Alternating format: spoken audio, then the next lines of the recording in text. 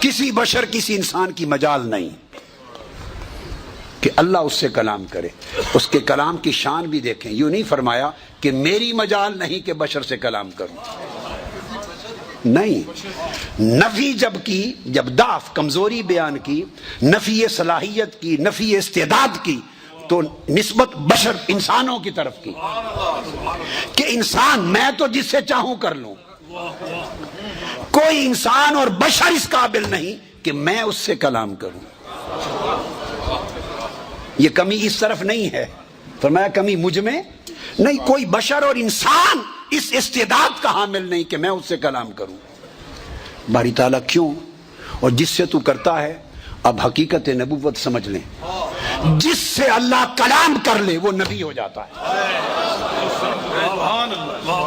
جس سے اللہ کلام کر لے, یہ نبوت کا معنی ہے.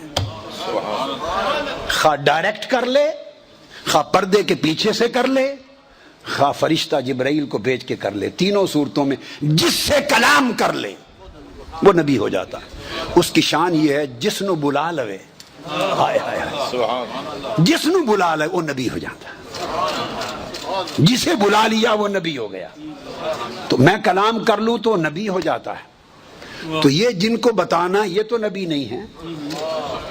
تو محبوب تم بتا دو کہ میں ایک ہوں, اس لیے کہ میں ان سے ڈائریکٹ بات نہیں کرتا. جب بھی بات کرتا ہوں میں رسول کے اور نبی کے واسطے سے کرتا ہوں. میں جب انسانوں سے مخاطب ہوتا ہوں تو میں نبی اور رسول ایک کو منتخب کرتا ہوں, اسے نبی بناتا ہوں, رسول بناتا ہوں. میں اس سے کلام کرتا ہوں اور میرے بیہاف پر وہ کلام کرتا ہے انسانوں سے, میرے بیہاف پر. تو میری بات وہ کرتا ہے, میں ان سے نہیں کرتا. تو سمجھنے والی بات ہے توحید. قل هو اللہ احد, سورہ توحید نے نکتہ سمجھا دیا کہ اللہ ہو کر نبی کے واسطے کے بغیر اپنے بندوں سے بات نہیں کرتا.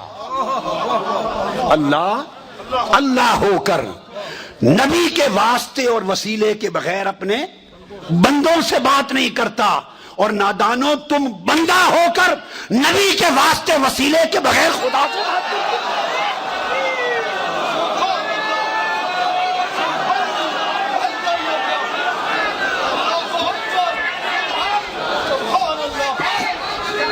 وہ رب جو قادر مطلق ہے وہ خدا ہو کر بندے سے کلام نہیں کرتا.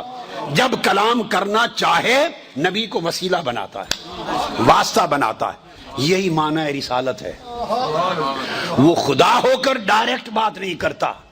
آپ بندے ہو کر نبی کا وسیلہ چھوڑ کے ڈائریکٹ خدا تک پہنچنا چاہتے ہیں. یہ توحید کے خلاف ہے. اور پھر اگلی بات مجھے بتائیے, اس صورت پہ غور کریں, قل کا معنی کیا ہے؟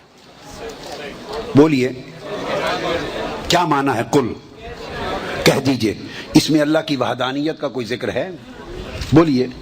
توحید کا ذکر ہے, رد شرک ہے. قل کا معنی ہے وہ اپنے محبوب سے فرما رہا ہے تو کہہ دے, لب ہلا دے, کہہ دے. یہ ہے قل. تو اس کا نبی سے بولنا اور پیغام دینا, پہنچانا, اس کو رسالت کہتے ہیں شریعت میں. خدا کا نبی سے کلام کرنا اور نبی کو, رسول کو کہنا کہ میرا میسج, یہ پیغام امت بندوں تک پہنچا دے, اس پروسیس کو شریعت میں اصطلاح میں رسالت کہتے ہیں. تو قل عنوان رسالت ہے. قل عنوان رسالت ہے.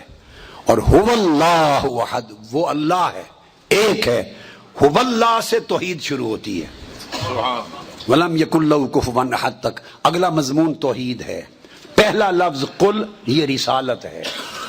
تو رب ذوالجلال نے اپنی توحید کا بیان جو کیا اس کی بھی ابتدا اور عنوان رسالت کو دیا, سمجھانے کے لیے کہ توحید وہی معتبر ہے جو واسطہ اور وسیلہ رسالت سے ملے.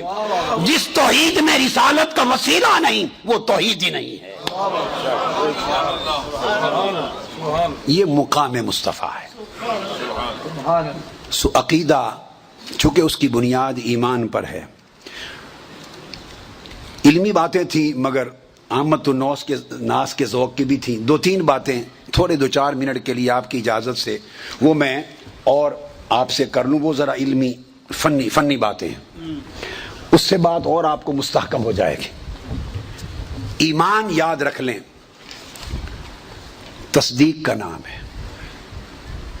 ایمان تصدیق کا نام ہے، اور یہ جو ہم کہتے ہیں نا تصدیق اور اقرار، تو اصلاً اقرار مطلوب نہیں ہے ایمان کے لیے، ایمان تصدیق سے ہو جاتا ہے، اور اقرار کی ضرورت کیا ہے؟ وہ اس کے اظہار کے لیے ہے، چونکہ تصدیق کی یا نہ کی اس کی ایمان اصلاً تصدیق سے ہو گیا۔ اب تصدیق کے لیے ملا عبد الحکیم سیالکوٹی وہ حاشیہ خیالی میں بیان کرتے ہیں ایک نکتہ کہ اس بات پہ سب اہل علم کا اتفاق ہے، اس بات پر کہ اچھا اب اگر علم ہو تو محض علم سے ایمان نہیں بنتا، معرفت سے ایمان نہیں بنتا۔ آپ کسی حقیقت کو جان لیں، پہچان لیں، اس سے ایمان نہیں بنتا، اس سے ایمان نہیں بنتا۔ اگر معرفت سے ایمان بنتا تو سب اہل کتاب مومن ہوتے۔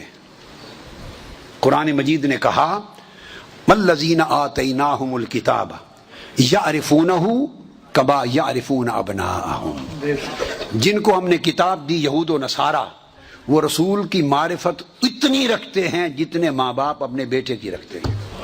تو ان کے پاس حضور کی معرفت تھی، تورات اور انجیل میں سب کچھ تھا، معرفت تھی، مگر مومن نہ ہوئے چونکہ تصدیق قلبی نہ تھی، تصدیق نہ تھی۔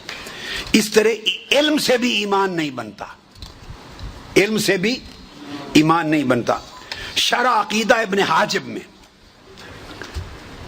ایک قول شیخ عبداللہ نے بیان کیا ہے، شرح عقیدہ ابن حاجب میں تحریر المطالب کے اندر ابو جہل کہا کرتا تھا انا نعلم ان محمدً صلی اللہ علیہ وسلم هو النبی ولکن لا نؤمن به ابدا، ہم جانتے ہیں، ہمیں علم ہے کہ یہ نبی ہیں مگر مانیں گے نہیں۔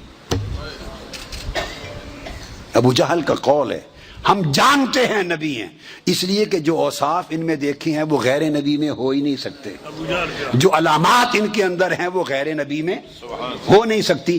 ہمیں علم ہے کہ یہ نبی ہیں مگر مانیں گے نہیں۔ تو علم تھا مگر مومن نہ بنا، کافر رہا۔ یہود و نصارہ کو معرفت تھی مگر کافر رہے، اس لیے کہ تصدیق نہ تھی۔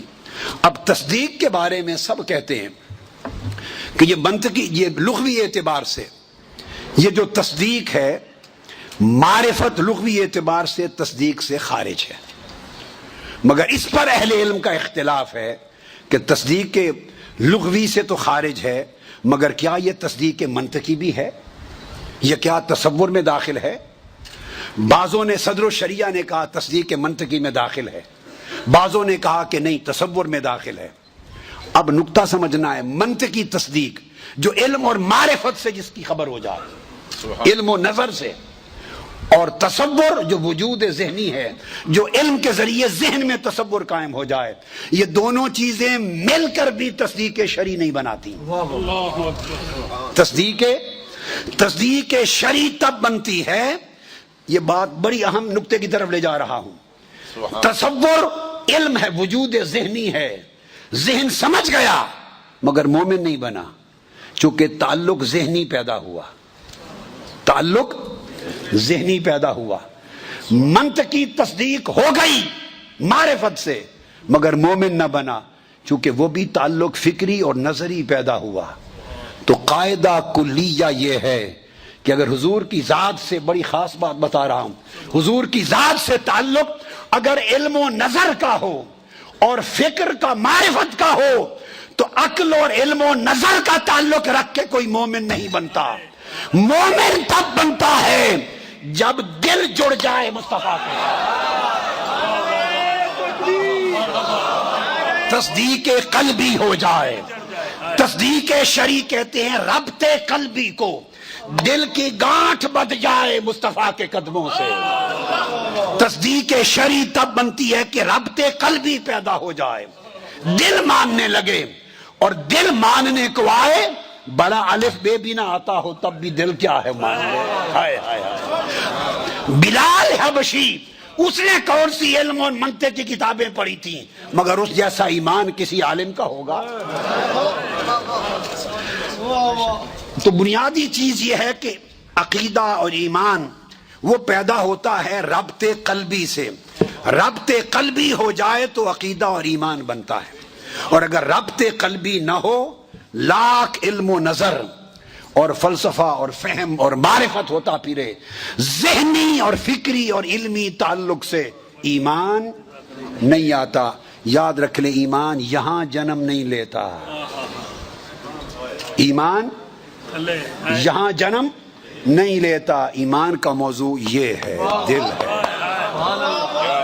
یہاں علم جنم لیتا ہے, یہاں عشق جنم لیتا ہے. تو لفظ ایمان جسے تصدیق شرعی کہتے ہیں, اور تصدیق شرعی جو نام ہے ربط قلبی کا, وہ اشارہ دیتی ہے اگر ایمان والا بننا ہے تو تعلق عشق کا پیدا کرو, تعلق قلبی محبت کا پیدا کرو. عقل اور فکر و نظر اور فلسفہ و منطق اور کتب کھنگال کے رکھ لو, مومن نہیں بنتے جب تک